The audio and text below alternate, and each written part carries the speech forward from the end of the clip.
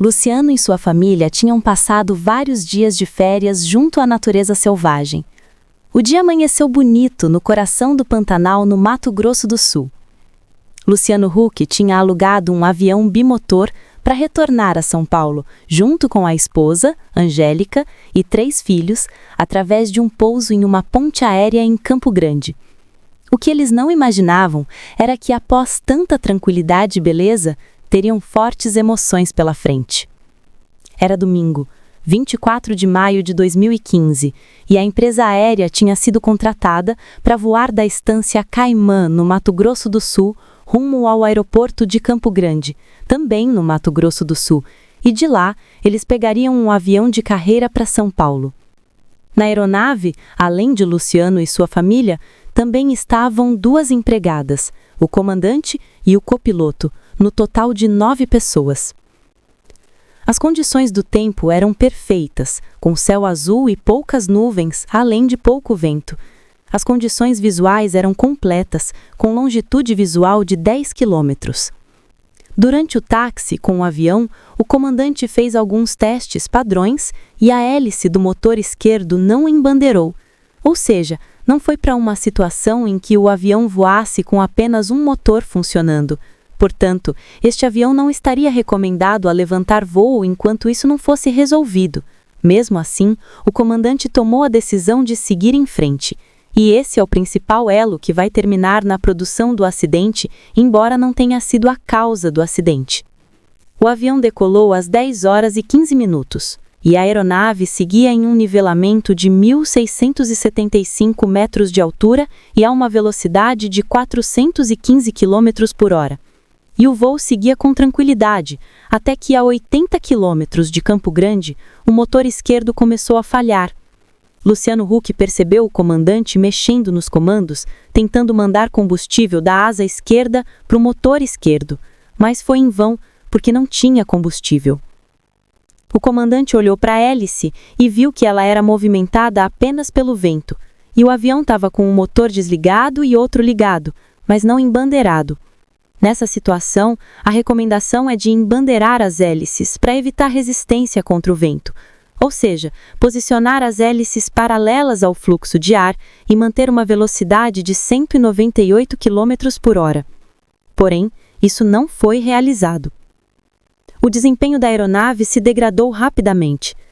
Provavelmente os pilotos não pensaram em falta de combustível porque o sistema do painel mostrava erradamente que ainda havia bastante combustível e por isso eles tentavam religar o motor.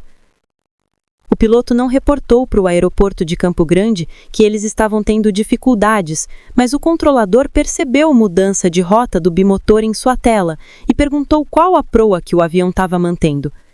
Foi quando o piloto falou que estava seguindo em condição monomotor. O piloto pediu ao copiloto para encontrar um local de pouso próximo, procurando nas cartas, e o copiloto pediu para ele virar à esquerda. E ao virar, o avião perdeu mais altitude e já não dava para alcançar a pista de pouso, pois ela ficava em um planalto mais elevado. Às 10h51, ou seja, 36 minutos depois de decolar, o piloto informa ao aeroporto de Campo Grande: "Não temos condições de prosseguir. Vamos realizar um pouso forçado." Dentro da cabine, começou uma situação tensa, onde Luciano olhava para os 3 filhos e a esposa e todos gritavam, quando Angélica gritava: "Pousa! Pousa! Pousa!" Luciano então disse: "Nós não vamos pousar, nós vamos cair. Apertem os cintos de segurança e abaixem a cabeça." A empregada agarrou a criança de colo, Angélica se jogou sobre Joaquim e Benício, encarou o pai em silêncio. Nesse momento, eles estavam a 914 metros de altura, e quando o avião se aproximou do solo, o piloto desligou os motores e manteve o trem de pouso recolhido, o que foi correto para evitar um capotamento do avião. A imprensa o criticou bastante na época por não baixar o trem de pouso, mas ele é feito para uma pista sem relevos e não para uma superfície cheia de curvas de nível. Um silêncio pesado assumiu o ambiente segundos antes da colisão. Luciano Huck escreveu em seu livro: "Antes da morte, existe um silêncio, um vácuo de som, em que tudo parece estar suspenso. Todos que estavam naquela cabine ouviram o som desse silêncio. Então o avião deu o primeiro toque no solo e o cinto de segurança de Angélica se rompeu e ela foi jogada para o lado batendo a cabeça. A aeronave tocou o solo 3 vezes antes de parar, se arrastando por 200 metros em uma pastagem de capim alto e volumoso, estourando um alambrado de arame farpado que ajudou a parar o avião. Escute um áudio onde Luciano relata o acidente. E aí a gente tá gritando muito. Aí, quando eu vejo que não vai ter o que fazer, e ele fala, eu vou pousar aqui, e não tinha onde pousar aqui, eram fazendas e fazendas. Uma hora eu falo para a gente, a Angélica começa a falar, pousa. Aí uma hora eu falo, a gente não vai pousar, a gente vai cair. Você falou? Falei, a gente vai cair. Então vê todo mundo, aí eu... Para eles se prepararem. Bota o cinto, abaixa a cabeça. Não sei o que lá, a Eva estava meio solta, a Eva foi para trás do banco da Angélica e a Leia segurou ela aqui, ela ficou entre a Leia e o banco da Angélica, para ficar melhor não ficar solta no meio. Aí todo mundo abaixou, aí é muito louco, porque daí, e de novo assim, sou muito grato aos 2 pilotos, muito grato. A gente foi muito criticado na época por causa dos pilotos, o que você fez piloto? Eu sou muito grato aos 2 pilotos, tá? Não vou entrar no mérito do porquê caiu, mas os pilotos nunca tiveram a intenção de nos derrubar, eles tiveram a intenção de nos salvar. Tá maluco, sim. Então, e nos salvamos, estamos todos aqui vivendo. Então, graças a Deus, sou muito grato aos 2 pilotos, profundamente grato. A hora que ele vai para o chão, aí o que acontece? Quando vai bater no chão, ele desliga os motores. O motor que estava ligado, ele desliga, ele capa o motor, tá? Porque você interrompe o fluxo de gasolina, você capa o motor, você se protege um pouco para não ter uma hélice, você desliga os 2 motores, e aí quando bate no chão, aí aquilo que você não explica, é muito barulho, muita energia, e como a gente foi, era um pasto, tinha aquela curva de nível, sabe, que é para a água correr, então quando ele começa a bater no chão, ele vai correndo, e toda vez que tem a curva de nível, ele decola de novo, ele porra de novo, ele sobe e cai de novo. Nossa, então como se fosse um carro capotando. Não, assim. ele só tá vivo porque ele não capotou. Se ele tivesse capotado, a gente teria morrido. Ele foi pegando... Ele foi batendo de lado, aí ele caía, ele subia, batia de lado de novo. E ele perdia um pouco da força. E aí tinha como era um pasto, tinha uma cerca de arame farpado. Então, aí ele pega a cerca, e a hora que ele pega a cerca, segura ele um pouco. Então, na última ele vai cair de lado e não capota. E aí quando para... Você já tinha consciência nesse momento? Não. Quando para, entra muita fumaça e muita terra, porque a gente estava num país, então entra muita coisa vermelha, fica tudo meio avermelhado, e os pilotos se machucaram o rosto. E aí a gente estava gritando muito. Luciano disse que quando o avião parou, havia poeira vermelha dentro do avião, dor, gritos e caos. As crianças choravam muito. Neste momento, Luciano sentiu medo que Eva tivesse se ferido internamente, pois reclamava de dores na barriga, mas essas dores se deviam ao fato da empregada ter segurado ela pela barriga. Angélica estava desorientada e agitada, andando em círculos. Mas entre todos, o único ferido com alguma gravidade era o próprio Luciano Huck, que estava sentindo fortes dores, pois tinha fraturado uma vértebra torácica. Isso seria verificado no hospital. Todos sobreviveram.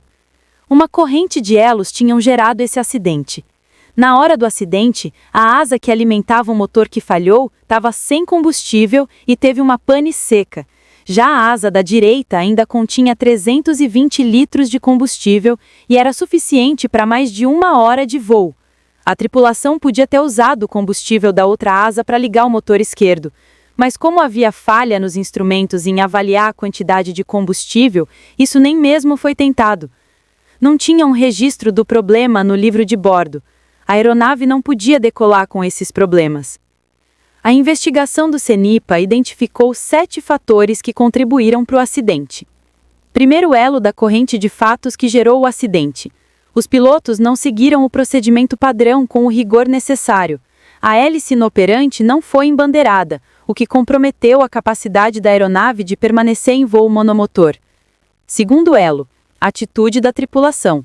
A tripulação se acostumou com a cultura da empresa a não registrar os problemas no livro de bordo. Terceiro elo, coordenação de cabine. O gerenciamento da emergência foi deficiente. Quarto elo, cultura organizacional da empresa. A empresa priorizava a produtividade em prejuízo da segurança. Os checklists eram frequentemente ignorados e os pilotos tinham liberdade para seguir em frente sem nenhuma supervisão. Quinto elo, treinamento inadequado, porque treinavam em um tipo de aeronave e pilotavam outra na busca de reduzir custos financeiros. Sexto elo, manutenção negligente. Os sensores de combustível das asas foram instalados de forma invertida, gerando desorientação das informações do painel quanto ao combustível. Sétimo elo, a supervisão gerencial fraca. A empresa confiava o planejamento dos voos totalmente à tripulação, sem controle operacional ou cruzamento de dados. E o pior de tudo, quando os pilotos se recusavam a voar por motivos de segurança, eles eram substituídos por outros contratados de maneira informal.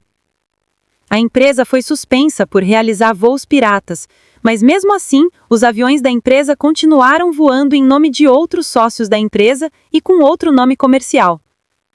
O relatório do CENIPA sobre o acidente foi categórico ao mostrar como a empresa atuava fora dos padrões, com pilotos orientados a não registrar falhas, aviões voando com equipamentos inoperantes, manutenção irregular e cultura de improvisação. Uma ex-funcionária relatou à justiça que a empresa fingia trocar peças durante as revisões e que mecânicos eram instruídos a assinar documentação de revisão da aeronave sem que os serviços tivessem sido executados. O acidente poderia ter sido evitado? Os investigadores relataram que se o embandeiramento da hélice tivesse sido feito corretamente e se mantido uma velocidade suficiente no avião, ele teria conseguido voar até o aeroporto de Campo Grande e pousar normalmente. E se tivessem feito o checklist para falha de motor, teriam alcançado seus objetivos daquele voo. Ocorreu falha no diagnóstico do problema devido a indicações erradas no painel. O relatório do CENIPA fez uma série de recomendações à ANAC para que ela fiscalizasse com mais rigor as empresas de táxi aéreo. No fim, a perícia dos pilotos em fazer um pouso forçado foi fundamental, e apesar de todas as falhas do sistema na qual eles estavam inseridos, eles eram excelentes pilotos. Eles fizeram tudo certo dentro da precariedade das informações que recebiam do painel para pousar o avião em meio ao caos e à gritaria.